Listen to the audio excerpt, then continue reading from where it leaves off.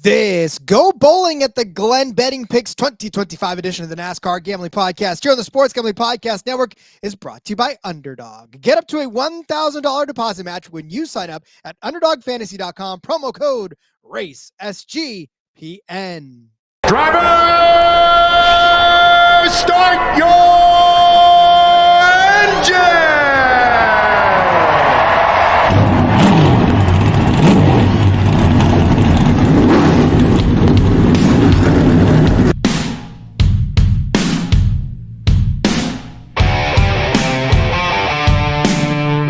Strap in and pull those belts up tight as the Sports Gambling Podcast Network presents the NASCAR Gambling Podcast. I'm just gonna put my foot on the floor and I'm not lifting till I see God or a checkered flag.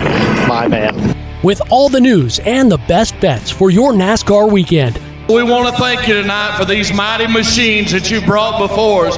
Thank you for the Dodges and the Toyotas. Thank you for the Fords. Lord, I want to thank you for my smoking hot wife tonight, Lisa. In Jesus' name, boogity, boogity, boogity. Now, here are your hosts, Rod Villagomez and Cody Zeeb.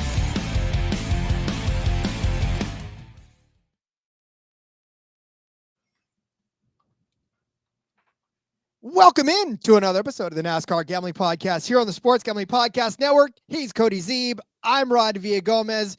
We say goodbye to ovals. We barely knew ye because we missed ourselves some road course racing. Cody, how about it? How about we go road course racing for what feels like forever ago that we were in Sonoma? Yeah, it feels like we've had a lot of road course races recently, but there's only two left on the schedule, and one could argue maybe only one, really. I mean, does the Roval count as a road course? I know you think that it's only half a road course, which I guess technically it is only half a road course, right? But yeah, one more road course for the road before we head towards the playoffs here. Look, when half of the name is row and the other half is vol, then yeah, it's half a road course, half an oval. It most certainly is. But yeah, so we come off of a very exciting weekend, and dare I say, Cody, probably one of the best what we've had on the show as far as both races, Xfinity and Cup. I know we've done a lot of great things over the course of our time here, but I feel like this last weekend was probably one of our best. Depending on who you ask. But yeah, it was a really good week. Boji Joe, of course, reminding me here early in the chat that the Denny Hamlin top 5 didn't go so well, but a lot of the other bets did. You know, the Chase Briscoe car lift was 2 drops of fuel away from hitting the entire thing, which would have been beautiful. I got some more thoughts on him this week. But yeah, it was, you know, you had William Byron as the outright.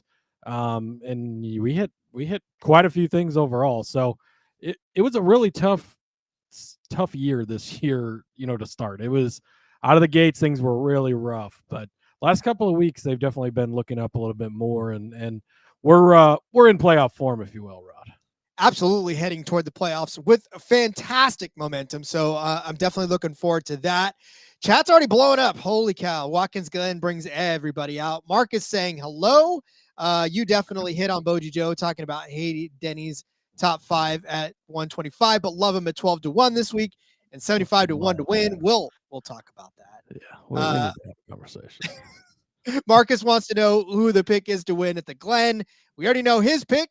It is definitely going to be Christopher Bell. He predicts that he's going to win the truck and the cup races at Watkins Glen because holy, 2 things real quick. The truck series this week is fucking loaded with cup guys, and Xfinity is too. It's going to be, tune in tomorrow for that show. We've got some crazy stuff to talk about because yeah, they're loading the F up on guys going down.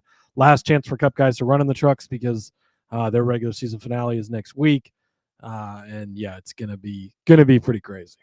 Indeed. John checking in saying he'll take Kyle Larson. JDK, obviously, Bell laughing at that. Ash checking in saying, evening, lads. How good was the racing at Iowa? If we could less road races with an extra one each year at Iowa, that would probably be fun. Yeah, I mean, I might be okay with that. Was the race in that? I don't know. It's one of those things where I'm torn on because I saw a lot of good racing, but also we saw a lot of, 7,000 lap tires and fuel that lasts for a billion years and not able to pass. It was a combo. This is a conversation to be had in the off season. You and I, we need to break down what exactly is good racing and what constitutes a good race. Because the bet's cash too, so that helps. Well, again, it winning heals all wounds, right? So Jess checking in saying, good afternoon. TK chanting our favorite chants on road courses, SVG. SVG. Expert suck saying, got to do something to make it interesting. What could that be? Piranhas. Throw piranhas in the dash or in the thing with them and make them all, cry out in pain. But yeah, so great racing in Iowa, but we'll talk about all of that stuff. I want to remind you before we do, though, the Sports Gambling Podcast is back with their 32 NFL team previews. They're also bringing back the phrase that pays. Each episode, they're going to give out one word of a 32-word phrase. Submit that phrase for a chance to win a $1,000 Circa future. So Iowa, we'll look back really quick because it was a very profitable weekend, right? I hate for people that have left the Discord before such a victory lap of a weekend. And I do love, if you go to the Discord, please go to the Discord and vote on the new merch idea that's being tossed out. I'm not going to spoil it here, Cody. I want people to go to the Discord and sg.pn/Discord, vote on that new merch idea. I love it. Some might say the Discord's a more welcoming place these days, Rod. Who knows? But yes, go check out the wonderful merch idea over there. Anyways, Dover, our Iowa, fantastic. But we're looking ahead now to Watkins Glen, one of the OG road courses, right? We had Sonoma a few weeks ago. Now we go to Watkins Glen. Two OG tracks in the same month, or I guess not the same calendar month, but at least maybe the same month, right? The same 30-day period. I don't know if they used to do that. I mean, I feel like they spread them out a lot more in the past. Well, I mean, used to. Those were the only two, so I think they did kind of space them out before. Obviously we've had 6. We have 7 one year, I think. One of the first years we had Chicago, technically it made it 7.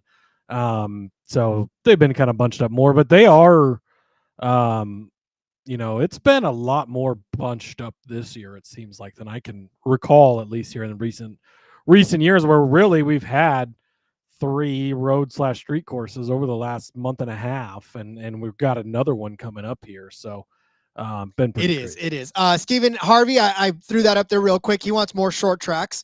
I agree with him on that one. That's a lot of fun.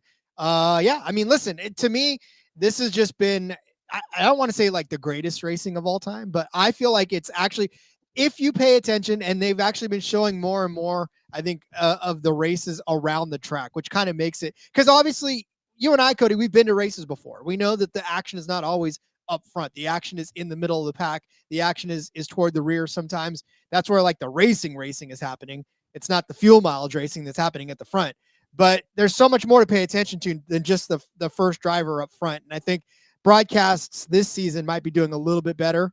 I think they've been listening to people, or maybe that's just me paying more attention. I don't know. It just feels to me like I'm being able to pay attention to more of the battles on the track rather than just follow the leader. Yeah, there's a lot of good racing, and this car produces a lot of good racing. They've got to figure out the leader thing, right? And the just massive advantage the leader has.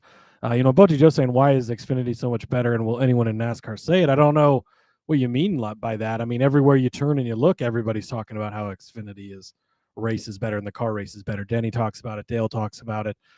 Bianchi and Gluck talk about it. Like, everybody I listen to that's in NASCAR talks about it. So I think that I think they're working on it, right? I think that they've got to be, NASCAR listens to all these things and they understand the pulse, right? I'm sure that they are trying to figure some stuff out. How hard?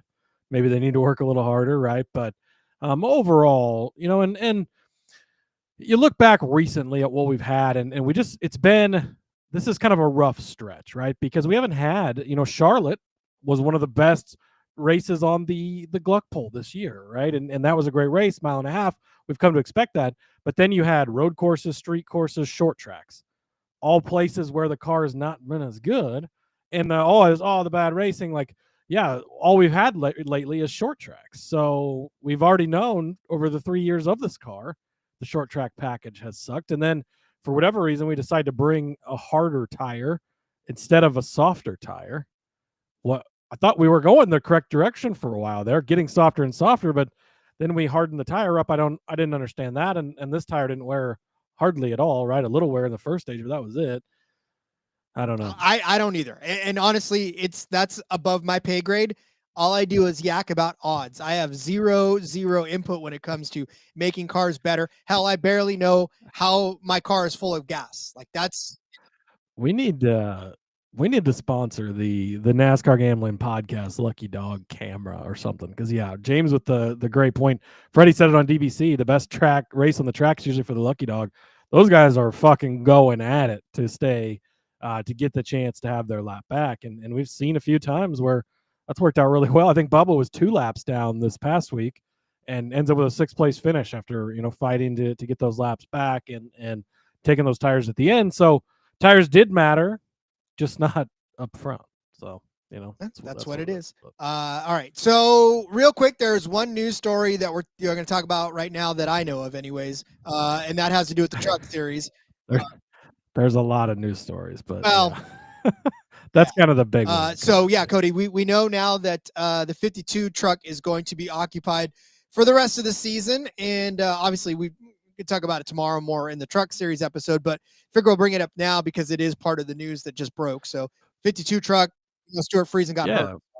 Well, the whole thing's kind of interesting. So Friesen obviously gets hurt.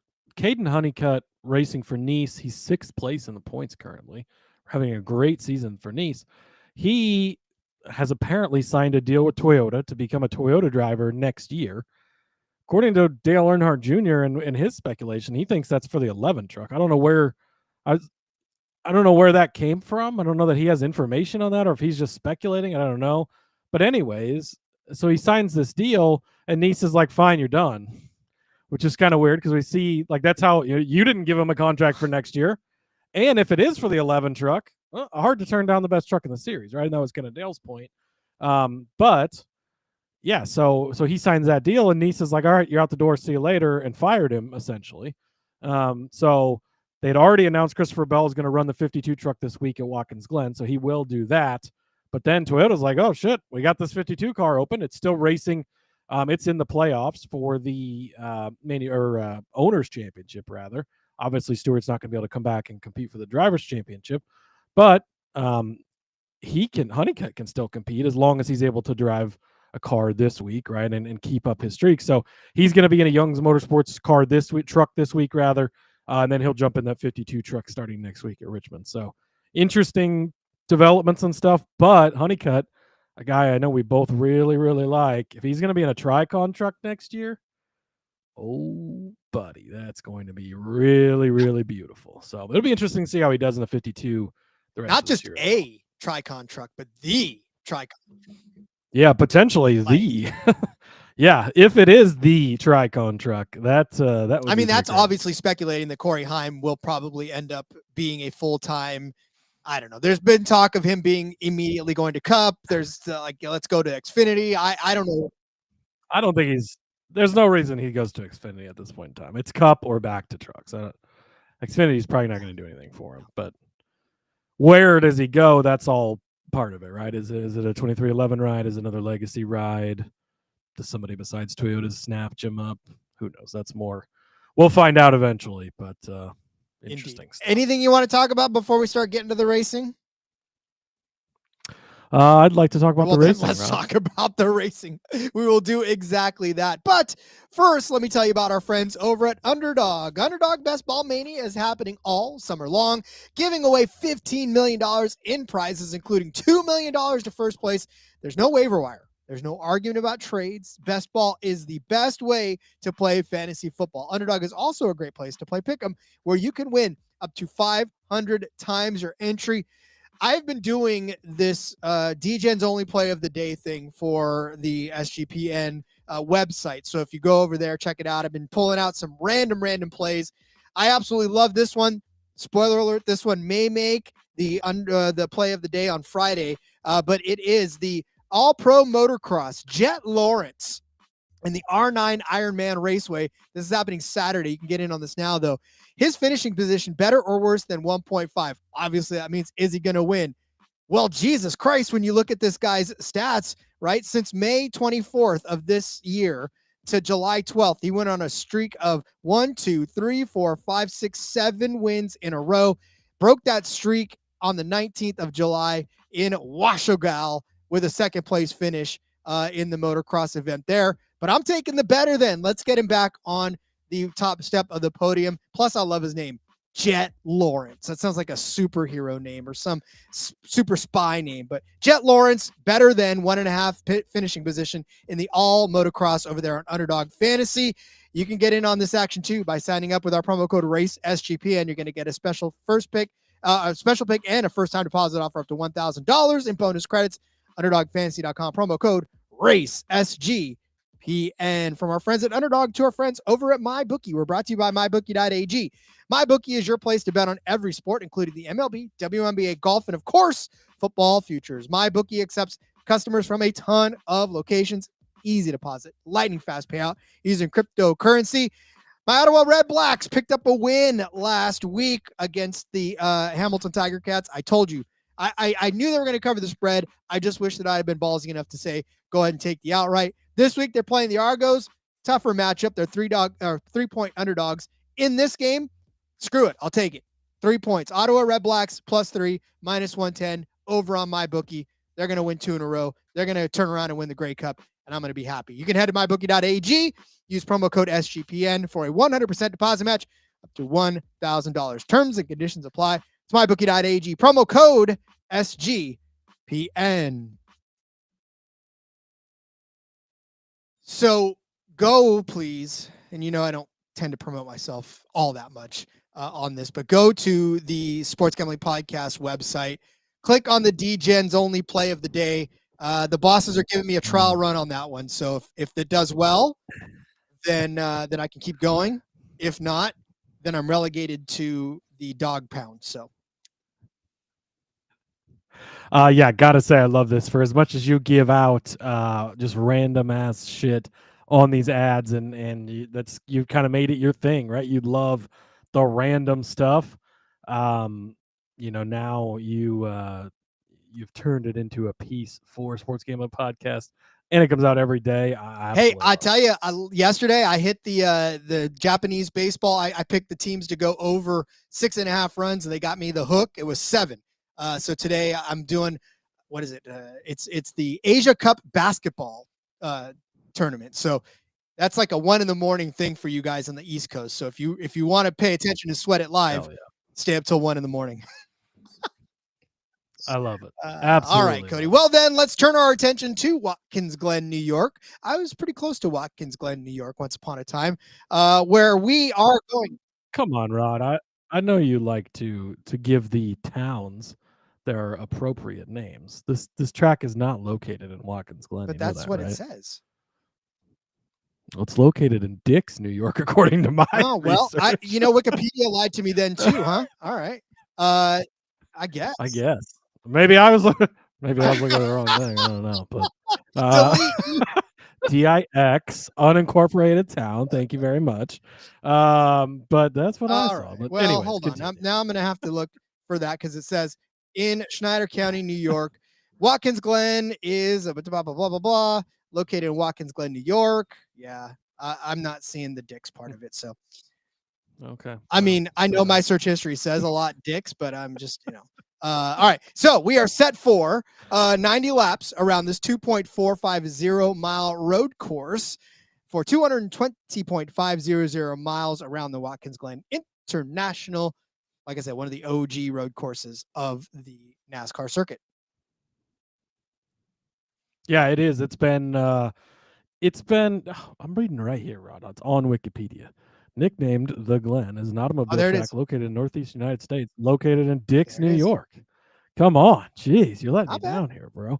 But it's been part of the NASCAR schedule on and off since 1957. That was the first time they came here. Then they took some years, it's kind of spotty, took some years off. But then basically came back here in 86, and I've been racing ever since, with the exception of 2020, of course. But yeah, it's one of the OG tracks. It's been on the circuit for a long time. NASCAR actually owns this road course, and it provides some good racing. Last year, insane race. Do not just look at last year's results and place your bets based off of that, because there was a lot to it. There was a massive wreck on the first lap of the race. They were halfway through the lap. Big wreck. Kyle Busch spins out. It took out Busch, Byron, Hamlin, Blaney, and most of those guys were all in the playoffs. This was a playoff race last year, which also affects things. So, yeah, and then I think we ended up in 2 overtimes maybe. And, of course, we had an epic finish, which this track's delivered a few times, with Chris Buescher and SVG door to door, just going at it. SVG makes the little mistake, and Buescher beats him, gets the win. Now, of course, SVG part-time, still learning the car, that third colleague car. Now he's full-time with Trackhouse in a better car. He's obviously won the last 3 road/street courses in a row. So, as you would expect, he is the heavy favorite this week. It's setting up to be pretty good. Connor Zilic somehow second on the odds board, Rod. I don't know if we'll talk about that at all today, but we should probably at some point. Very indeed. I think that's the only other real name of note, right? On the entry list, there's nobody else that's sneaking in on us other than the regulars and Connor Zilic. Actually, we've got there's 40 cars entered into this one, so we do have a full field. JJ Yaley's back, 2009 F1 champion, of course, in the 44 car. Josh Bilicki in the 66. Our girl, Catherine Legg, she's back in the number 78 car. And, of course, the aforementioned Connor Zilic is back in the 87 for Trackhouse Racing. It's a full field. They will all make the race. You don't have to worry about any of these, 15 open cars missing the race. No, you do not. Yeah, every open car from 2311 and Front Row Motorsports. All right, well then, I am ready, if you are ready, to start laying out our betting cards, because if you haven't been tailing us the last couple of weeks, it's at your own detriment. But let's hope for another good week here, Cody. Yeah. We're going to try and keep it up. The Expert Suck says, somebody convinced me past performance matters. NASCAR definitely has the most random shit happen. It does and it doesn't. I mean, it's a combination of both, and that's what makes it tricky, I think, in a way. And that's why you get the odds that you get a lot of the time, is because past performance does matter. And that's sort of shifted, in this next gen era since 2022. Things are a lot different than they were previous to 2022. It was a lot easier. Things are much more level playing field now, all that kind of stuff, which is what NASCAR wants. But there is certainly things you can go where performance matters. So, all right, Rod, I'm going to hit the head-to-head market pretty hard this week. I found quite a few that I like.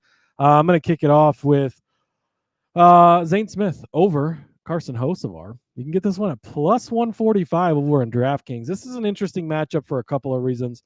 First of all, anytime you get somebody at a number like plus 145, you're like, okay, let's look into this, because that's pretty big for a head-to-head, right? A lot of head-to-heads are minus 110, minus 120. I'm going to give out a minus 130. There's an honorable mention. I'll mention in a few that's minus 200 that I sort of like.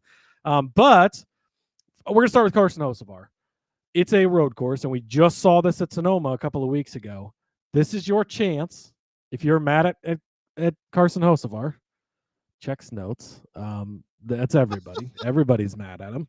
This is your chance. It's so easy to wreck somebody on purpose without making it egregious on a road course. And we saw it with Josh Berry a couple of weeks ago at Sonoma. He took some other shots. Nobody's going to cut him a break. They're going to race him harder. And all it takes is one little spin at the end of this, and doesn't matter where you're running all day. If you look back at the results last year, he finished third here. Great, cool. That's all fun and dandy. But Zane Smith actually finished in fifth. So, he was right there hanging with them at the end anyways. So not too over worried about that. But plus 145. And if you look at what have you done for me lately at road courses, well, that's actually better in Zane Smith's category. So that's where I think they're taking, well, Hocevar has all this speed every week, but they're not really looking at it. Because you go back to Sonoma, and it's not been impressive. 27th for Zane Smith, but better than 32nd for Carson Hocevar, right? Gets spun out. Chicago, if you'd like to use it, 14th for Zane, 35th for Carson. Mexico, 35th for Zane Smith, but Carson Hocevar only got him by one spot. He was 34th. So it's not like he was much better. Now, Coda was Hocevar 13th to Zane Smith's 29th place. So, technically 2 for 2 on the 4 road course, street courses we've been to this year, but really close on the 2 where Zane got him, or where Hocevar got him. And people are a lot more mad at Hocevar now than they were previously. You go back to last year, 19th at the Roval for Zane, good run. Hocevar was 12th, so a little bit better. 5th and 3rd here, as I mentioned. Sonoma, they were close, 16th and 17th in favor of Zane. And Coda last year, 19th and 20th, also in favor of Zane. So I just think that number shouldn't be as big as it is. You go back over the last couple of races, they both have some bad runs. They both have some decent runs. Not really a clear, one guy's been better than the other. But that's why is it plus 145? This seems to be a in-name only type of bet where it's like, oh, Hocevar's had all this speed and he's looked so good and he's been fast. Yeah, but he's not getting you reliable finishes because he does overstep a lot because he's trying to hone that in, right? He's got all the talent in the world. And Zane Smith, by the way, I think we're getting him in the Truck Series this week as well. He'll be a name to note, but he was a very, very good road course racer in the Truck Series. Kind of dominated road courses for a while in that series. So like him, plus 145 over Carson Hocevar. And then give me William Byron. I'm back on the Byron train. Look, he won. He got me back on the train. So I'm going to take him over Kyle Larson, minus 110 over on ESPN. And you might say, Kyle Larson, like one of the best road course racers in the series? You're going to fade him? Well, Rod, let's take a look here. 3 road courses this year that we've run on. If you toss out Chicago, right? 3 road courses.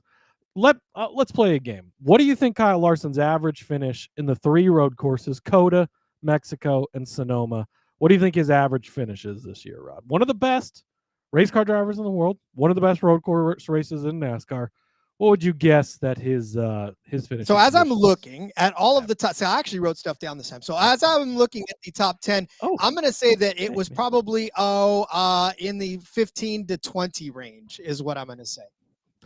15 to 20. Well, if you double 15 to 20 and you go to 34.3, you'll get Kyle Larson's average finishing position on road courses this year. 34.3. 35th at Sonoma, 36th at Mexico, 32nd at Coda. Some of those things weren't his fault. Some of the whatever, blah, blah, blah. I don't care. I will toss in there. He finished 13th at Chicago.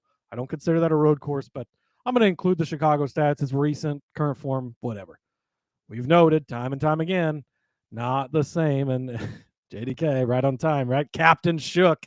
He's not been the same since the Indy 500.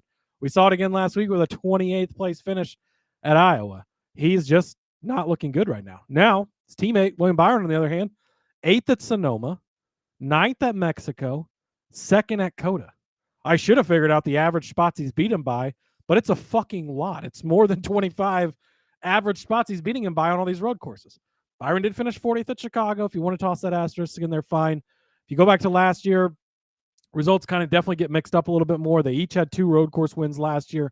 Larson won at the Roval and Sonoma, and then Byron won. No, Byron did not win 2. He won at Coda last year, but 3rd at the Roval, so really close to him there as well. But yeah, give me William Byron in this because I just think Larson's really struggled on the road courses this year. Byron's coming off of a win, coming off of a couple of good runs in a row, right? The summer thing was kind of there for a minute, but didn't really keep up. So yeah, I think that you just, and look, with Larson, again, he can win any given week. He can also step on his dick, and he's been stepping on his dick more lately than he has previously. And until he stops, we've sort of actually made a decent amount of money kind of going against him here lately. So I'm going to continue to do so. So Zane over Hocevar, that's on DraftKings, plus 145. Byron over Larson, -110. I feel like karma is caught up with Kyle Larson as far as that thumbs up at Indy. That's like half the time when I give a thumbs up to somebody that I'm driving and they, speed past me and I'm all, hey, good job, buddy, when I catch up to them. And then I get stuck behind a red light. That's how that is for me. But as far as Hocevar is concerned, listen, you say he's trying to hone that in. He's not. But here's the thing with this persona, right? If you're going to do this, you better own it then. You better take this all the way down. Hit the Glen is Dick's, New York. Lots of stepping. Yeah, see? I mean, that's kind of true. Yeah, great point. But yeah, with Hocevar, if you're going to do this, own it. Own it then and ride this because you're going to make yourself the villain. But I said it in the Discord. It's so tough to stay that way, though. It racks on you when everybody boos you every single time you walk out. So say what you will about, I don't care what anybody thinks. Yes, you do. And you're going to start caring when you start wrecking more and more race cars and people don't want to put you on their team because you're not worth all of the extra nonsense that comes with putting you behind a vehicle. You could be the most talented driver in the world, but if your attitude sucks, you ain't sticking around. So that's all I'm saying there. Let's not turn this into a bashing Carson Hocevar session, Rob. That's not what the intention was. It just, I don't think you can trust betting on him, and I think you can actually take to your advantage betting against him, especially at a big +145 in any head-to-head. We just saw it through 8 races of not 8, but however many races of the bracket challenge. Like, how many times did the big underdogs upset guys in random tracks, random things happen, right? So that alone, on top of, he's might as well go get a Target sponsorship for his bumper this weekend because there's going to be a Target on it. And that's the facts. And people will take advantage of that if they get the opportunity. People told me I had to stop talking about Ty Gibbs, but nobody's stopping me to talk about Carson Hocevar. So I absolutely love that. All right. I'm going to set up my first bet, and that is going to be Joseph Logano, the hardest guy in the garage to handicap. Over, though, Daniel Suarez. This is -115 over on Caesars. Joey Logano, overall in the next-gen era at Watkins Glen. Our friends over at iFantasy Race put together the Watkins Glen NASCAR next-gen average finishing heat chart. Joey Logano's 6th on that list with an average finish of 9.3 in the next-gen era. Daniel Suarez, not too far behind. He's in 11th, but a 13.3 average finish. So he's got him there, at least in the next-gen era. Finishes of 3rd, 10th, and 15th for Joey Logano. Daniel Suarez, 5th, 22nd, 13th. So 2 for 3 for Joey Logano in beating Daniel Suarez. But then, like Cody said, last year's race had some chicanery going on, and so you can't necessarily judge that. Who knows? Maybe Logano could have gotten Suarez there. As far as the heat chart, the speed rankings heat chart altogether, Joey Logano sits in 12th. Daniel Suarez sits in 15th in overall heat chart. And then total speed rankings heat chart for all the road courses. We got Joey Logano in 19th. You got Daniel Suarez in 21st. So in all measurable aspects of this, you got Joey Logano coming out ahead statistically over Daniel Suarez. How has it fared in the actual races? Well, in Sonoma, Joey got himself a 9th place finish. Daniel got himself a 14th place finish. Again, this is going to be a highly contested battle. That's why it's -115 either way. But I will say that you got to give Joey the edge on that one. And then how does it shape up at Chicago? Well, you can't really count it, you say, but that's all right. Then don't count it. Daniel Suarez got himself a 29th place finish. And then Joseph Logano got himself an 11th place finish. And then in Mexico, earlier, it was Daniel Suarez beating Joey Logano only by a couple of positions. Daniel got a 19th. Joey got a 21st in Mexico. And then in Austin, Coda, to start out the season on road courses, Joey Logano, a gentleman's 24th place finish. However, Daniel Suarez crashed out and finished in 36. So Daniel Suarez is 1-4 in beating Joey Logano in these road courses / street courses. And yeah, like I said, this is just a matter of Joey Logano being able to run these road courses a little bit better. And we know that Daniel Suarez is a good road course racer in and of his own right, but well, that's what they say, right? I mean, he won Sonoma. Well, they might be wrong. He did, but if you look at his road courses as a whole, he's not that's good. what I'm saying. And so now for Joey Logano, like, this is a good opportunity for him to beat Daniel Suarez. And it doesn't have to be by 1,000,000 miles, right? Just one spot and you cash this bet. Yeah, I love this. TK with a great point here in the chat. Suarez is in the 4th car this week as well. You don't think they're going to take resources and allocate them to Connor Zilic, the future. It's rumored, by the way, he'll be announced officially to the 99 ride, whether that stays the 99, but that car this week. I mean, Suarez is 1,000% in the 4th Trackhouse car this week. And Joey Logano, I peeped him for a top 10 this week, honestly, Rod. He's been really good at Watkins Glen, 15th, 10th, and 3rd in the 3 next-gen races here.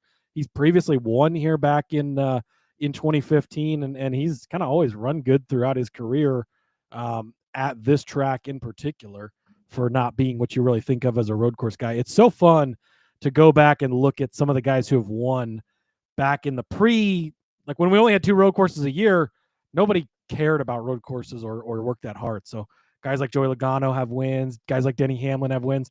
Brad Keselowski and Marcos Ambrose went head-to-head. Keselowski, one of the, we notably make fun of how bad he is on road courses, almost won here at Watkins Glen. Like, back in the day, things a little different for sure. But it's always fun to go back and see things. No, it definitely is. And you're right. I mean, I guess Suarez is lucky that he didn't get honeycutted in this instance, where they were just like, all right, well, we already know you're not going to be in here next year, so we're just going to go ahead and let you go. Go find yourself a ride somewhere. Rick, I'm going to guess probably a bigger buyout on his contract if you don't let it end. all right, we will come back with more of our favorite bets for this Watkins Glen race. But first, let me tell you about our friends over at Circa Million and Circa Survivor, the world's greatest sports book. Circa Las Vegas is hosting the world's biggest pro football contest, Circa Million, Circa Survivor, and Circa Grandissimo, with over 21 million guaranteed prizes. You can't call yourself a true DJ if you're not competing in the Circa football contest. So come hang out with SGPN at Circa Contest Weekend, August 21st through the 23rd for an amazing weekend, including live shows.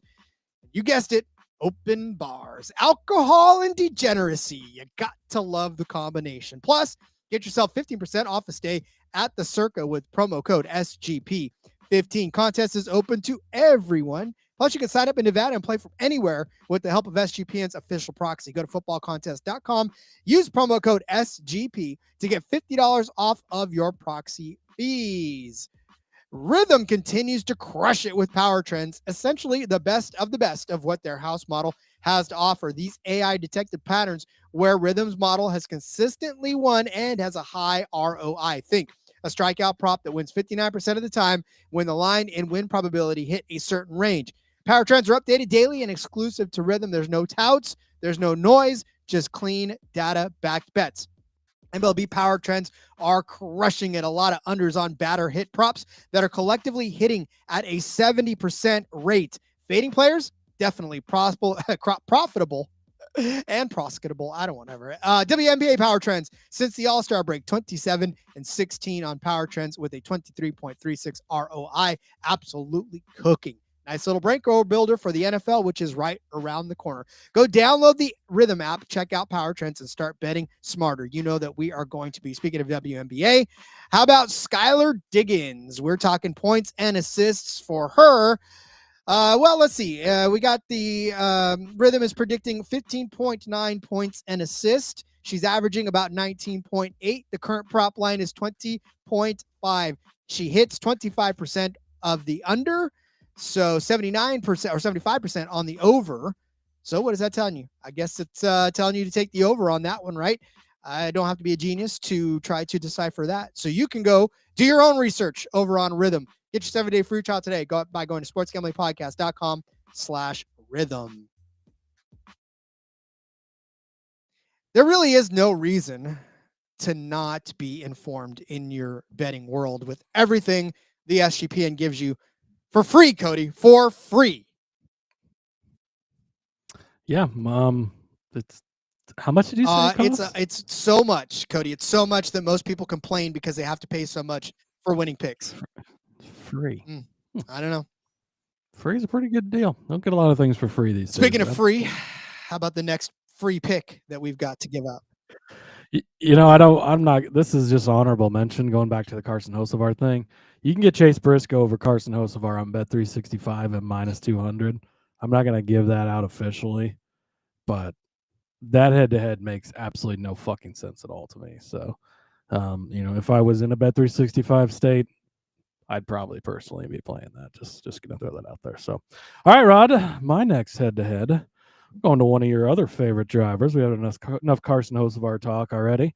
Give me Tyrone Gibbs over Ross Chastain, -130 on ESPN.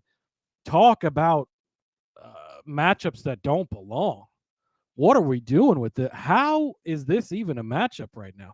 Is this what Ross Chastain do we think is going on here? If you watched a replay of last year's race, Ross Chastain looked really good here. He was strong, great, fun, exciting, but he's not anymore, right? He's not. He's had a horrible season, really, honestly, and he's not been great on road courses, really. And Ty Gibbs, on the other hand, started to pick up some momentum. A couple of rough weeks the last couple of weeks, but still beat Chastain in both of them, so it doesn't matter. But he's looked really good on road courses, in particular, finishing second at Chicago, possibly being the only car that could have beat SVG at Mexico. Bad pit call. They stay out late. They've addressed that problem, by the way. Got Chris Gabehart over on the box now, right? Essentially in the crew chiefing role. But 8 of the last 9 races this season, just anywhere, everywhere, 8 of the last 9, Gibbs has beat Chastain. So they're not even really that close here as of late. But you go back and look at the road courses. 7th at Sonoma for Gibbs, another solid, nice run day. 24th for Chastain, not even in the conversation. You go to Chicago, 2nd for Gibbs, 10th for Chastain. Okay, that's fine, right? Mexico, 2nd best car, could have run with SVG, bad pit call, all this shit. 11th place finish, still beats Chastain, who finished in 16th. It was a rough day at COTA early in the season. Gibbs and crew were still trying to figure some stuff out, finished 34th there. But Chastain, who previously has won a COTA, only finished 12th. He didn't even look that good there. You think that Daniel Suarez is the 4th Trackhouse car this week? Who do you think is the 3rd Trackhouse car? You got SVG in the house. You got Connor Zilich in the house. Let's look at the odds board. SVG's number 1. Connor Zilich is number 2. Those guys are going to get the extra attention. They're going to get the extra love. Chastain's just another bum in the garage this week. I mean, honestly, if he's locked in the playoffs, locked in, quote unquote, actually, I got to start doing some math. Some of these guys are really locked in now because we're only down to 3 races, right? But, and a guy like Chastain, it's so hard to handicap who's going to race for points, who's not going to race for points. They would probably be in a good position to race for points. I think that they should probably race for points. So, but not factoring that in. But Ty Gibbs has been the Ty Gibbs that we in there. If you want to read some novels and entertaining conversation, go over to the Discord and scroll back through today's messages. But Ty Gibbs, once a great, amazing Connor Zilich of the Xfinity Series back in his day, has really settled in once again on the road courses, and he's figuring it out. So I don't think this matchup's even close. I'm surprised these two guys are matched up. Why they're matched up, honestly, I don't even know. But give me Ty Gibbs over Ross Chastain at -130. You can find that one over on the ESPN. Ty Gibbs is the driver of the 54 Toyota for Joe Gibbs Racing, and his sponsor is Monster. He has done well in spots this season. Did I hit the contracted things that I'm supposed to say about him? Yeah. No, listen. What's your next bet? I do agree. I do agree with you on this bet. And I've given Gibbs his flowers when it comes to, telling it like it is. I have. I keep trying to tell people I only call it the way I see it. And when it's time to actually be nice, it's time to be nice. And yes, Gibbs on road courses should definitely, and I was going to put this one in this, but I didn't want to talk about Gibbs. So I'm glad you did. So there it is. And that's it. I agree with you on this one because I was going to put it in the doc, but I chose this one instead, which is AJ Allmendinger, my spirit driver, the guy I like to talk about on road course races. Top 10 at -115. I understand that AJ Allmendinger is a streaky driver. I understand that AJ Allmendinger comes with a lot of emotion on his sleeve, but lest we forget, AJ Allmendinger is still damn good at road courses. Yeah, he got a 30th in Austin. Completely understand that. Yeah, he got a 13th at Mexico City, but he bounced back for a 6th place in Chicago. I'm pissed off about the Sonoma finish for AJ Allmendinger, right? He started 5th and ended up in 18th, but that is not indicative of an AJ Allmendinger day. In fact, this season has not been indicative of an AJ Allmendinger season on road courses. There's a pretty good track for him to turn it around, and that is Watkins Glen, where he has actually been pretty damn good. He's been fast on this track. iFantasyRace.com gives us our Watkins Glen NASCAR Next Gen Speed Rankings heat chart. AJ Allmendinger, the 3rd fastest driver in Watkins Glen, 5.5 on the speed chart ranking. Roughs out to about a 12th place finish for AJ Allmendinger as far as average finishing, or not 12th place, but a 12th on the list of the average finishes, with a 14th place average finish in the next gen era. 2nd, 4th, 36th last season. But that, I mean, when you see a 36, you know something really went down, right? 2nd, 4th, and 36. That's like when your kid brings home a report card and it's A, and F. Like, you know, something went down to cause that F. You got to figure out what that was, right? So you throw that out and you're like, all right, well, you could turn this around. But AJ Allmendinger, 2 top 5 finishes in 3 races in the next gen era. And the only reason that he is 12th on the list is because you got guys like Shane Van Gisbergen that's got 1 second place finish, is thrown off the curve. Carson Hocevar and his stupid 3rd place finish. And then Zane Smith and his 5th place finish. The only one race that they have on this one. So in the drivers that have been full-time, it goes Buescher, Bell, Logano, Gragson, Larson, Cindric, Priest, Suarez, and then AJ on that list. So again, he's fast on this track. You know he's a road course ace. A top 10 for him should not be -115. Ace? Are we using the word ace still? Is this Xfinity Series? Listen, I still love AJ. He's not been good. I don't like this bet, Rod. I got to be honest with you. I had -115 for a guy who won top 10 this year. Is that might be his entire season, to be honest. I'd have to go look, but he's not been good on road courses this year when you expect him to be. Colleagues clearly not kept up their road course program. I love AJ, but other people have caught up to the advantage he seemed to have at one point. I know he's been really good at Watkins Glen, so maybe that's the glimmer of hope you can hold on to. And I think that I'm pretty sure he broke in this race last year, because you said 36 he finished last year. So I don't remember if he was caught up in that first lap accident or if he just broke. It might have been just braking, but that's a problem with colleague cars at times. So six laps. I don't know. Laps, and he had transmission issues. Yeah, that's what I thought. That's like, if it's not the transmission, it's the cool suit, or it's the power steering, or it's, just I -115. Other things I would rather have, I think, than the Dinger top. Well, then do tell, what would you have other than the Dinger top 5? And don't worry, I'll be there to document when I'm actually I hope you are. And yeah, AJ on a road course auto bet. Steve Letarte might have said that, but I don't know if he'll still agree, because I just don't think it's true anymore. It's clearly not been this week. Kylie wants to know if we ride with Chase Elliott top 10 this week. I think it's -150, -160. I saw. If you want to do that, certainly go for it. But I like his top 5 at +250. Kylie, I think this is a great place to get in on him. Chase Elliott, look, he's not been as good in the next gen cars on road courses. He's not been the same.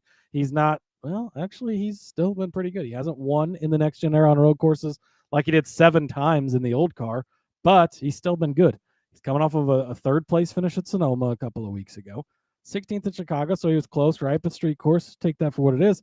3rd place at Mexico City, so 2 for 2 on the last couple of road courses we've been. Rod, there was one other road course earlier this season. 4th place finish at Coda. So 3 true road courses we've been to this season. 3 for 3 in the top 5. You want to go to Charlotte Roval last year? I do. He finished 5th place there. Watkins Glen was 19th, but we documented how crazy that race was, playoff race, all the crazy stuff. I think he got damaged early in that race, whatever. I'm not overly worried about that. And if, some people are going to look, well, he finished 35th the year before that here at Watkins Glen. If you'll remember, that was the year he broke his leg. Watkins Glen was leading up to the playoffs. They threw a Hail Mary. Hey, maybe we don't have anywhere near enough gas, but maybe we can make it another 8 laps. He made it like half a lap, ran out of fuel, and that's why he finished so bad. So don't overlook that either, right? He got his first career win here on the state, actually, back in 2018, Rod. A little fun fact for you there. But you go back and you look at some of the other stuff. 16th at Coda last year, so it wasn't as good, but 4th place at Sonoma, So he's been solid, strong. You can go back farther and farther if you want to, but I don't need to. He's been strong. He's been solid. Oh, by the way, what's he been doing for you this season? He's been pretty fucking good just about every single week. Chase Elliott, top 5, plus 250. Talked Kylie into it, so I'm good. She says she's going to take the top 5 and the top 10. So you like that. Back to Ty Gibbs. You could bet AJ Allmendinger minus 115, or you could bet Ty Gibbs at even money, Rod. And Ty Gibbs has been getting it done. Let me get back to the paper notes here. 7th at Sonoma, 2nd at Chicago, 11th at Mexico, but had a second place car. Again, pit mistake. They've corrected that mistake with basically a new crew chief, a better crew chief. So Ty Gibbs is hot right now. He's been running well. I've already talked a bunch about him in that Chastain head-to-head, but even money for a top 10, I'll take it. I love that on Tyrone this week. And then, Rod, long shot. Give me John Hunter Nemechek, 14-1 for a top 10. You go back and you look a couple of weeks ago, 28th at Sonoma, right? He's 14-1 for a reason. But 6th place at Mexico City. He was 15th at Chicago, if you want to take that into account. 22nd at Coda. In an overall sense, I'm not saying he's super great at road courses, but the fact that we've seen the speed from that team lately, the fact that he did it at Mexico City not long ago. I think he ended up being the top finishing Toyota in that race, or the second best Toyota, something like that. But he's had some strong days. He's shown enough at road courses in the past. Again, not overly great finishes, but what have you done for me lately? He's been really good. Had that 6th place run at Mexico. That really stands out, right? They put together a good, strong day. They played the strategy right and comes home with a great run. And they've been running really good. 15th at Iowa, 12th at Indy, 15th at the street course, 6th at Pocono, 10th at Kansas. He's had 8th place at Texas. They've had a strong season in that Legacy Motor Club group. That's a guy that I want to back. Hey, maybe we get crazy chaos like we did here last year. He survives. Top 10 at 14-1. Definitely, could happen. So, Bojo Joe wants to know how my John Hunter Nemechek bet did last week. I'll have to go back, and I don't remember what did I bet on John Hunter last week. I feel like it was a top 10 or something. It was probably top 10 or top 12, but it was probably a long shot. I'm going to guess, based on your question, he didn't cash, and he did not. The way he finished 15th, though. So I don't know. Well, now I'm curious. What was the bet? I'd have to look it up, but you can do that while I give out my next bet. I'm looking it up right now, and I didn't have a bet on it. I was like, I didn't. So unless you gave it out in the pre-race show. Okay, yeah, I might have. I did. Hey, great reason to jump on the YouTube. I had a little extra time on Sunday, Rod, sitting around the house, and jumped on for an hour, answered questions pre-race. It was a lot of fun. Thanks for everybody who tuned in and asked the questions. It was a ton of fun on Sunday. So if you're subscribed to the YouTube, you never know when we might jump on and recap a race or preview a race or who knows. Indeed, whatever. Yeah, I'll make sure that I'm available the next time to hop on with you as well. All right. Look, Dinger top 10, you said you don't like. How about Busch top 10? Plus 125 over on ESPN. Let's take a look back at some of the road success for young Kyle F. Pending Busch on road course races. Kyle Busch, 10th place at the Toyota Save Mart 350 in Sonoma just recently. And that was a run from 17th too. He started 17th to finish 10th, a track that he's been pretty damn good at in his career. Kyle Busch, a 5th place finish at the Chicago street race. Kyle Busch did not get it done in Mexico. He got 6 laps in before he was crashed out. He was not Viva la Mexicoing in that particular day. However, a 5th place for him at Austin, Texas in Coda. So here's the thing with Busch. He's good at road courses, and we know this in his career. And we know that he's been one of the guys that you could turn to almost week in and week out to get it done. But the problem is that he's just fallen on such hard times lately, but he seems to peek his head out this season when it comes to these road courses. And as of late has not actually looked half bad. I say that with all the tongue in cheek that you can get, but Kyle Busch seems to be on a little bit of an upswing, as it were, pertaining to like the earlier part of the season where he was just trash. Last couple races, though, haven't been good for him. 20th in Iowa, 25th at Indy, but 11th at Dover, 10th at Sonoma, 5th at Chicago. He did get an 8th place at Michigan earlier in the season. So, before that crash at Mexico, 20 at the Pocono, 21st in Atlanta. It's been a roller coaster for him, but like I said, with these road courses, this seems to be where he kind of comes out of the woodwork and at least a top 10, right? I'm not going so far as to say that I think he's a top 5 car this week, even though he has been in some of these road/street courses so far this season. But, plus 125 for a guy that's been in the top 10 for a majority of these races. I like the odds on that one. And we're just going to have to roll with them, right? We're going to have to roll with Kyle Busch until, well, I would say until he bucks us, but he's bucked us time and time again. And somebody made the point earlier. He got an entire F removed from his name. He sure did. But we had somebody in the chat earlier that said something about, Watkins Glen rewards the OG drivers in this one. And if you talk about overall how good he's been on this track, 13 top 10s in 19 starts, 7 top 5s, 2 wins. He went on a streak of top 10 finishes between 2015 and 2021 when he was a driver of the 18 car. And really, it was a string of top 10 finishes that was only broken up by a 40th place finish in 2014. So it was 9th, 7th, 1st, 4th, 8th, 3rd, 7th, 1st, then 40th. Then he got back on the wagon, 2nd, 6th, 7th, 3rd, 11th, and 4th. So, I mean, I'm rolling the dice on Kyle Busch to calm things down again on a road course and just get me a nice solid top 10 finish. That's all I need. And plus 125 is a good price for it. Yeah, I was really hoping when the outrights came out that his number would be a lot bigger because I had him circled as a guy of, okay, when these top 10s come out, maybe the number will be bigger. They didn't make it big enough.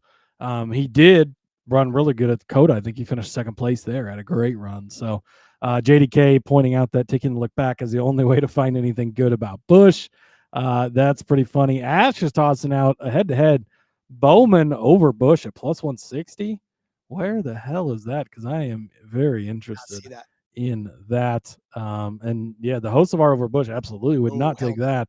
Again, talked a couple of times over why you fade Hocevar this week. So definitely not. Although I will say that is on brand for Iceberg Suck, right? Because it is. They want to go against us. Yes. It's all in the name, right? So there you go. Eric was talking about Fords where he finds value at road courses. Loves the Blaney Priest top 10s plus 330. Shout out to Priest top 10. I did look at that. I didn't make the card, but I don't mind that one at all. He says Blaney's average finish the last 10 races he's finished at road courses 11.8. So something to take note there. I'm going to go to the Ford market where I like Christopher Buescher to be the top finishing Ford at plus 140. He's the favorite, but as we look at the road courses, it's not a very heavy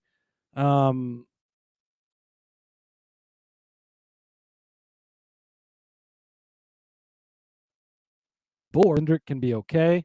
Ryan Blaney, when he finishes, was part of the note in there, can be decent, right? We talked about Joey Logano being okay on this track, but in an overall sense, this is a weaker group. So, but Chris Buescher, amazing at road courses. Rod, by the way, outdueled SVG to win this race just last Sonoma. That was kind of one of his tougher road course races recently, 18th at Chicago, but 10th place at Mexico City, 7th at Coda, 17th at the Roval last year, but 1st at Watkins Glen, 3rd at Sonoma, 8th at Coda, 7th at the Charlotte Roval, 7th at Watkins Glen, 11th at the Indy Road Course, 10th at Chicago, 4th at Sonoma, 8th at Coda, 6th at the Roval, 9th at Watkins Glen, 10th at the Indy Road Course, 6th at Road America, 2nd at Sonoma. That's Coda was the 21st, but okay, that's all next gen stuff that I just read off to you. Mostly top 10 finishes. Buescher is going to finish well. And now TK pointing out that, would he take stage points? Certainly he could. I'd be pretty concerned if I was Buescher that points might not get you in at this point in time. With Richmond and Daytona coming up and this weekend potentially, I don't know. And then Brian pointed out that Buescher hasn't been very fast on road courses. He's not been what we saw last year at Watkins Glen, but still, even if he's not been fast, 16th at Sonoma, you'd like better for the top Ford, right? But 10th at Mexico, 7th at Dakota, he's still getting his consistent finishes. You could also, his top 10, I think, was minus 120 maybe or something. I think it was up to minus 130. It kept getting bet up a little bit. So that I had considered that, but I think just taking the top Ford at plus 140 is the way to go. I don't think that the Ford market is strong when it comes to the road courses. And Buescher just shows up, does his thing. He's a defending race winner here. And we've seen him do well just time and time again. And you can count on him to be in the mix at the end. So, he's racing Priest this weekend, knowing SVG is going to kick everybody's ass. I get that. But that's why you don't have to worry about SVG with this, right? It's top finishing Ford. That's all he has to do. You just have to beat his teammates and a couple other guys. So give me Chris Buescher, top 4 to push. Yes, that is Chris Buescher is a driver in the NASCAR. No, I'm just kidding. No, listen, if anybody can get it done, I think, he can. He has the car to do it. He's got the skill to do it. We just got to see him show up and do it. It's a lot like AJ Allmendinger in the respect that the talent's there. They just have to put it together and consistently do it. This year hasn't been there, but maybe this track brings out the best in both of those drivers. So speaking of bringing out the best in a driver, how about Tyler Reddick? 14.7 average finish this season, crashed out of Indy, 19th at Iowa, 12th at Dover. That open car, man, it's a wonder how he even puts together enough money to get in the race each and every week. Just kidding. However, I will say this. On road courses this season, Tyler Reddick has not been half bad. Hasn't been half good, but he hasn't been half bad. But I'm still taking him for a top 5, 3-1 over at ESPN. I mean, look, Tyler Reddick, when he finishes on road courses, he can finish well, right? In Chicago, he finished in 3rd place, did Tyler Reddick earlier this season. He also finished in 3rd place in Chicago, 6th place at Sonoma. So a couple of 3rd place finishes on these road/street courses. I'm sorry, 3rd at Chicago, 6th at Sonoma, 20th at Mexico. Rod, when you're clicking on tabs, make sure you click on the correct one. And then 3rd at Coda. I was right. Hi, my name is Rod. This is my first day hosting the NASCAR Gambling Podcast. Please bear with me as I learn how to handicap NASCAR. Anyway, started on the pole in Coda, finished 3rd, right? Ends up with a 3rd place finish in Chicago, 6th place at Sonoma. He's done it a few times, right? A couple of times, and he was one spot away from doing it again. So he has the capability, Cody. He has the car. He's got the ability to be one of the top road course drivers when he's on. But much like a lot of these drivers that we're talking about, they got to be on, and they've got to be able to do this. And I think 3-1 when he's finished 3rd place in 2 road course/street course races this season is a little bit obscene of a number for Tyler Reddick. I get it. His finishes have not all been there. Only 8 top 10s in 23 starts this season. Average start of 12th, average finish of 14th with a DNF. Only 5 top 5 finishes for the defending regular season champion. Like, it's tough, right? It's really tough. But Tyler Reddick can get it done on road courses. And all I'm asking him to do is finish in the top 5 like he's done a couple of times this season. And 3-1 is a good number for that. I think the expert suck puts it pretty well. I'm done listening to that devil that whispers Reddick. I liked him last year when he was on a team that had chartered cars. He was really good then. But since I'm moving over to this unchartered team, it's nothing, man. You know how much I love Reddick. Like, I was screaming Reddick from the rooftops last year, preseason, and just all I was, oh my God, I was doing it this season too, Rod. I was looking. I had some underdog plays. They had the season-long projection win totals. I was looking through. I was like, oh, I was right on that guy, right on this. Oh, this is looking good. This is looking good. And then I got to Tyler Reddick, higher than 3.5. And I said, well, we're just going to go ahead and count that as a loss because it's been a rough season. But I just can't with Mr. Reddick right now. But you know who I can with? Last week's car lift champion, Chase Briscoe. We're running it back. We cashed the top 10. We cashed the top 5. We cashed the top Toyota. We were this close to cashing 19-1 to win, and we're putting it all right back into the car lift again this week. Top 10 minus 120. Fuck yes, sign me up. Just like last week. Get this earlier rather than later. It was nowhere close to available later in the week. It was actually plus 120, I think. JDK could correct me if I'm wrong, but I think that's what he got it at when it opened. Down to minus 120 already. Get on this sooner rather than later. Top 5, you can get a plus 280. Top finishing Toyota at plus 325. And top Toyota is interesting. You just mentioned Tyler Reddick, but he's not done well lately. Christopher Bell, typically a guy you think you can rely on for top Toyota. He's not done well. Ty Gibbs actually scares me more than those two guys do. Denny Hamlin is Denny Hamlin, okay. But and then who else from Toyota? Like John Nemechek is a long shot, sure, certainly. But Chase Briscoe kind of stands out above these guys. You can get him over on BetMGM to win at 25-1. But Martin Truex Jr., first of all, very good at this track last year, had a great run in that 19 car. I think he started on the front row, won stage 1, had a fast car throughout the day. And Chase Briscoe in the 14 car finished in 6th place. So he had a nice run here as well. But you look at what he's done this year, 2nd place at Sonoma. So actually, let's go in reverse, right? Let's start at the beginning of the season. Things weren't quite clicking yet, figuring it out. 14th Dakota, respectable finish, right? Then they go to Mexico, 7th place. Sonoma a couple of weeks ago. He won the race. If you don't count SVG, he was on a different planet. But he had the best of the rest, right? And they even mentioned that, he had the fastest race car out there. It was just unfortunate that they were racing against a rocket ship, and that's what the case was. But he was great. And by the way, Sonoma, a place where Martin Truex was good. Now we're at Watkins Glen, where Martin Truex has been good. Dover, a place where he was good. He's been good. It's all translated so far. So 25-1 still on BetMGM. The numbers dropped a lot on some other books. I would get that again sooner rather than later, but worked out well for us last week. And, I know Denny Hamlin didn't have a great run last week. It sucks. We lost some money on the top 5, fine. But, I think he's still the hottest driver in NASCAR right now. But Chase Briscoe is hot on his tails. He is very, very hot. He's on fire right now. And I'm going to keep riding it until that car lift falls and breaks on us. Yeah, if it ain't broke, don't fix it. So we'll go back to the Briscoe rule. That's right. Brian agrees too. So everybody agrees. Even the experts suck agrees. Is that a good thing? They're not supposed to agree. Probably with us, not right? do that at all. Maybe we rescind the Briscoe car lift if the experts suck agree with us. No, I love it. All right. Yeah, and JDK too with the either way play over on 365 if you have that. He's advocating for that.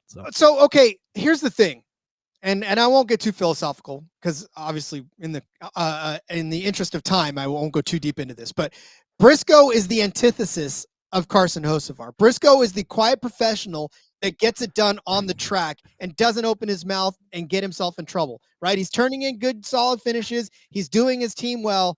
He's not out there thumping his chest trying to make enemies. He's doing it on the track.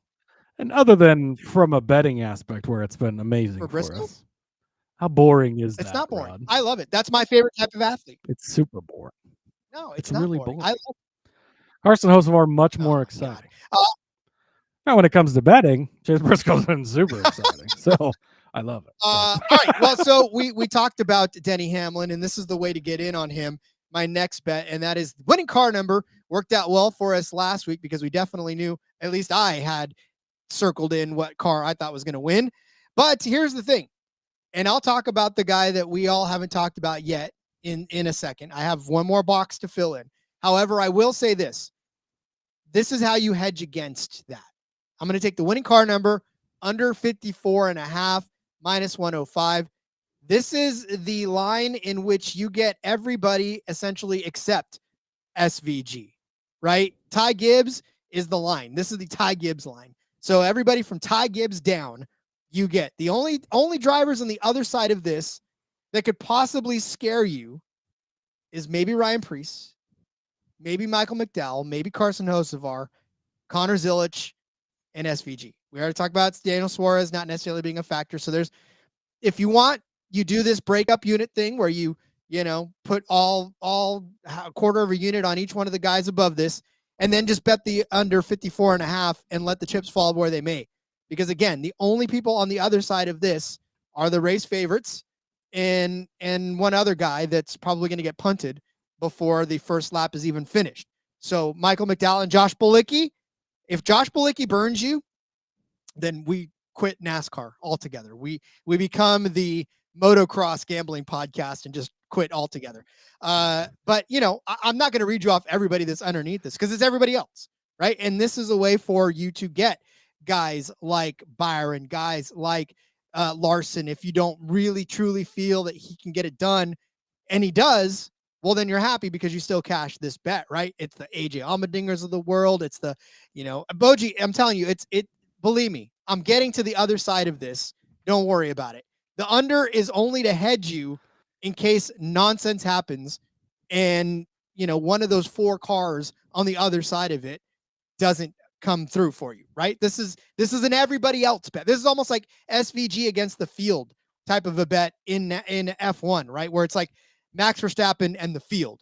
This is essentially SVG and the field is how they're playing it. So I love that, and I'm going to take it. Minus 105 is not a lot of juice to pay for an entire field against 1 or 2 cars. Yeah, I mean, depends if you want to put Zilich in there or not, because he is technically second on the odds board. He should not be second in anybody's hearts for this race, but he might be for a few of you. Yeah, I don't know.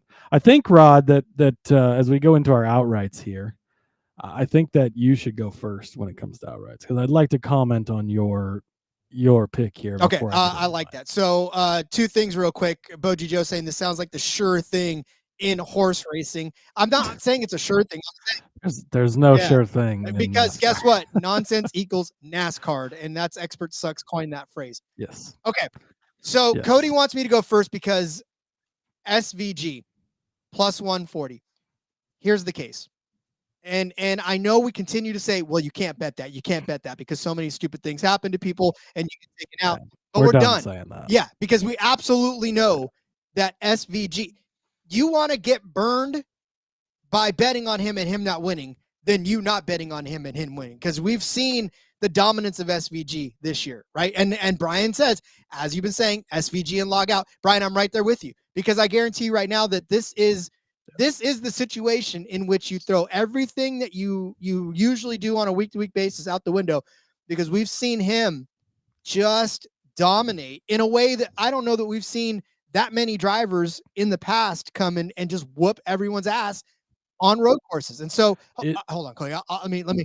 So, the thing is that I know that we love long odds. We love to bet the big long shots, and we love to see them hit when they hit.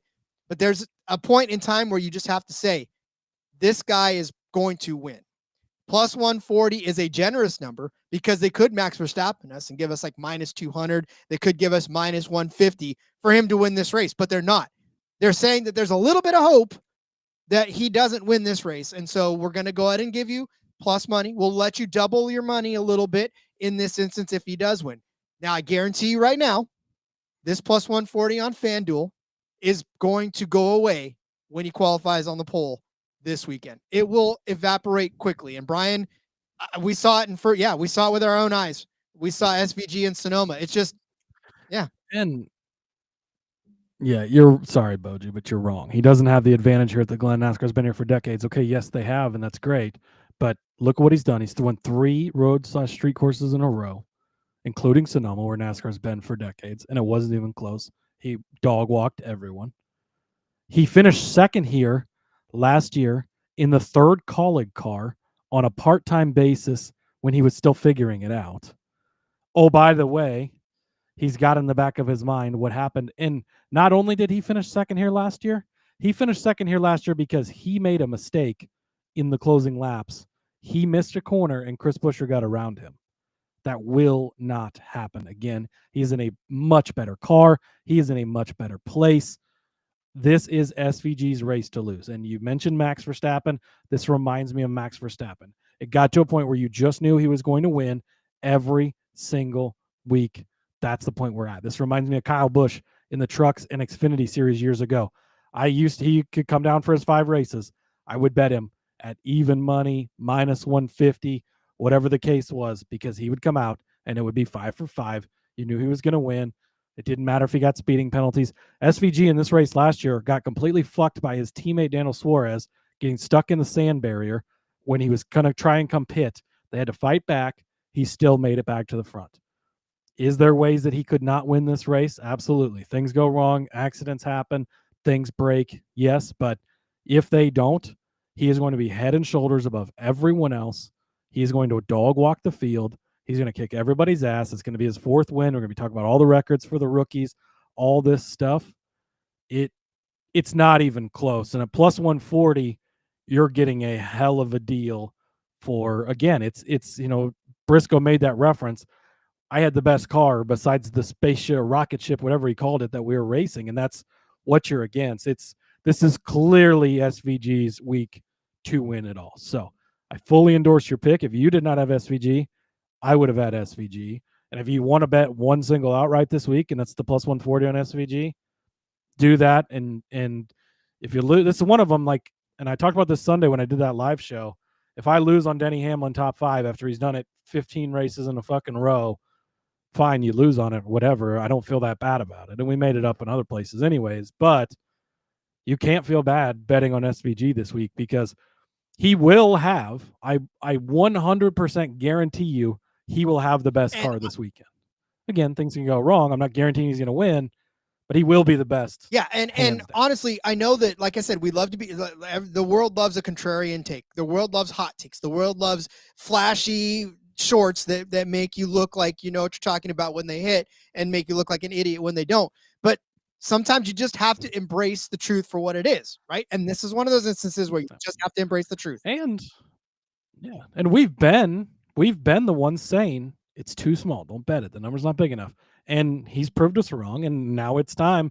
Like, we're to the point now where we saw it at Mexico, we saw it at Chicago, we saw it at Sonoma. He's overcome things, and it's just not even close. I mean, it looks like he's stepping down from the top series into the lower series and just playing with these kids, because that's what it looks like. So I don't think that SVG is no, but we are for a great week, isn't it? He spent out twice at Iowa. Oh, we are. Okay. I like it.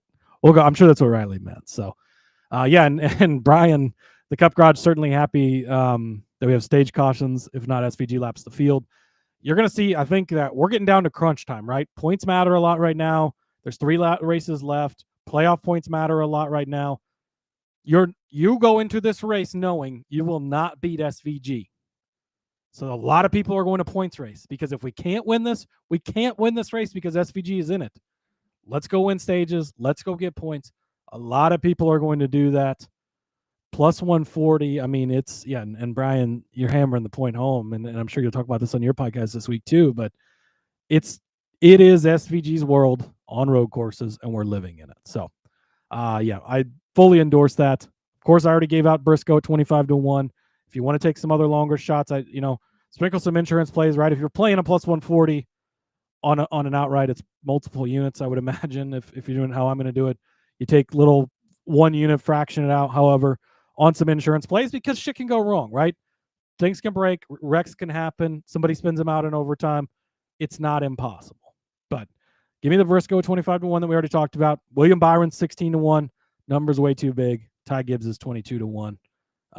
Yeah, and I've already talked about those guys, so I'm not going to go into it more, but those are the 3 that I would take as kind of the insurance play. Absolutely love it. All except for, you got to stop with the Gibbs, Cody. I may have to ban you from giving Gibbs outright anymore. OG Joe, KB did that in the trucks with stage breaks, and it doesn't. Sure, Max Verstappen didn't have stage breaks, but it doesn't matter. That's plus 140. It doesn't. He's already proved. He's 3 in a row. He's shown us. It's SVG's to lose. Track position doesn't matter. He didn't have it last year, and he overcame it. And if it comes down to saving fuel, I'm sure he can do it. I'm not worried about it. So it's all about it is all about SVG. And unfortunately, if you don't like SVG, this is not the week for you. And you should probably just maybe move on to next week when we do our next show, and don't even worry about it. But all right, get out your pen and paper. Time to go over our bets for this Go Bowling at the Glen from Watkins Glen. Cody started you off with Zane Smith over Carson Hocevar at plus 145. Added William Byron over Kyle Larson at minus 110. I gave you Joseph Logano over Daniel Suarez at minus 115. Cody gave you Tyrone Gibbs over Ross Chastain at minus 130 over on ESPN. I said Dinger, top 10, minus 115. Go grab that. Cody said that Chase Elliott would be a top 5 car at plus 250. Gibbs would be a top 10 car at even money. And John Hunter Nemechek, his long shot top 10 at 14-1. I said Kyle Busch find his way back into the top 10 plus 125. I said Christopher Buescher, or Cody said Christopher Buescher would be top Ford at plus 140. I said Tyler Reddick will be a top 5 car at 3-1 over on ESPN. Cody's riding the Briscoe car lift. It's a top 10 at minus 120, top 5 at plus 280, top Toyota at plus 325, to win at 25-1. I said the winning car number would be under 54.5 at minus 105 if you want to hedge against the man, SVG at plus 140.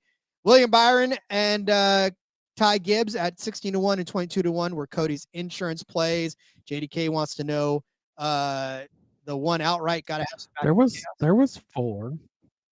Yeah. SVG, Briscoe, Byron. But here's the thing, JDK, we just got done talking about all the people that have an opportunity. Denny Hamlin, people are hyping up in this chat. No way he's going to win this race, right? It just doesn't make any sense to really go too crazy on outrights because the chaos we think is going to happen is not going to happen to SVG. He does not get caught up in chaos. He is a guy that keeps himself out of the fracas and is able to find his way to victory lane. Like if he was like 1-1 and then 3 in a row got caught up in chaos, then I'm like, okay, yeah, maybe. But dude, this guy is just AKA if he was Kyle Larson, he wouldn't feel so good about it. But he's the state he's in right now. It's hard. I mean, there's some good value on the board, yes, and that's why I kind of like those 3 insurance plays. I mean, William Byron at 16-1 is amazing value if SVG's not in the field. But and things can go wrong. That's why you take the insurance plays. But it really truly is an SVG week, and I think we just have to accept that. That is a perfect place. And if it doesn't happen, the fan and all of us is going to be excited about it because then it's going to open some other stuff up, right? So almost an emotional hedge where you bet against the Huskers and then you win either way. And I've been doing that for years. I guarantee you, though, that if SVG does have troubles early on, live betting is going to be your best friend going into that. Oh, yeah, you better be in the Discord then, sportsgamblingpodcast.com. A lot of live betting stuff going on as well. All right. Well, then, Cody, let's one more thing, too. Do not bet on Connor Zilic as the second favorite. That is just ridiculous. Yeah. Rookies, unless they're 35-year-old men from supercars, don't come into the Cup Series and win. He's not winning this weekend. And he should not be plus 550. You're smoking if I understand that he did beat him. Which I understand that he beat him in Xfinity, but Xfinity is not Cup though. I know. Get me started. Xfinity is not. You are preaching to the choir, my friend. I've just said everybody take it away from it. It is so fucking. It's so. It is. Speaking of Xfinity, we'll talk about that tomorrow as well as the Truck Series. So, Cody, let's let everybody get those numbers before they get hammered down because we know that this show moves lines. Where can they find you outside in the real world? It's happened once or twice, Rod. You can find me over on the X at Husker_Zeeb. You can find all my stuff over there. I got tons of it. Preseason NFL stuff coming out for this weekend. Went 3-0 in a Hall of Fame game, by the way. Undefeated this year in NFL betting, Rod. So I'm going to tout that as long as I possibly can. I still don't like Zilic at 1,000-1. I'm glad you got him there, JDK, if you feel good about it, but not worth it. Cup Series. It's different. But anyways, Xfinity and Truck tomorrow. Holy shit. That field is fucking loaded for both of these races. That's Ash was just saying that outrights are out. So interested to go check all that stuff out. But that's going to be 2 interesting races to break down because it's loaded fields big time. I'm excited for it. Indeed. So I'm excited as well. Follow me on Twitter at RJ Villagomez. Link to about everything I got going on, whether it's here. Of course, check out my DGens Only Play of the Day series now that is busting out. Got some Asia Cup basketball. I talked about some Japanese baseball, some esports. Pretty much everything you hear me do during the ad reads, I'm just dumping it into there now and having a good time doing it over there. Of course, check out the Back Road tomorrow night. Actually, we will be live, Elliot and I, breaking down the Glen. So Absolutely love you guys being here. The chat was hopping today, and we look forward to being back tomorrow with more of the NASCAR Gambling Podcast. So until then, let's go racing and let it ride.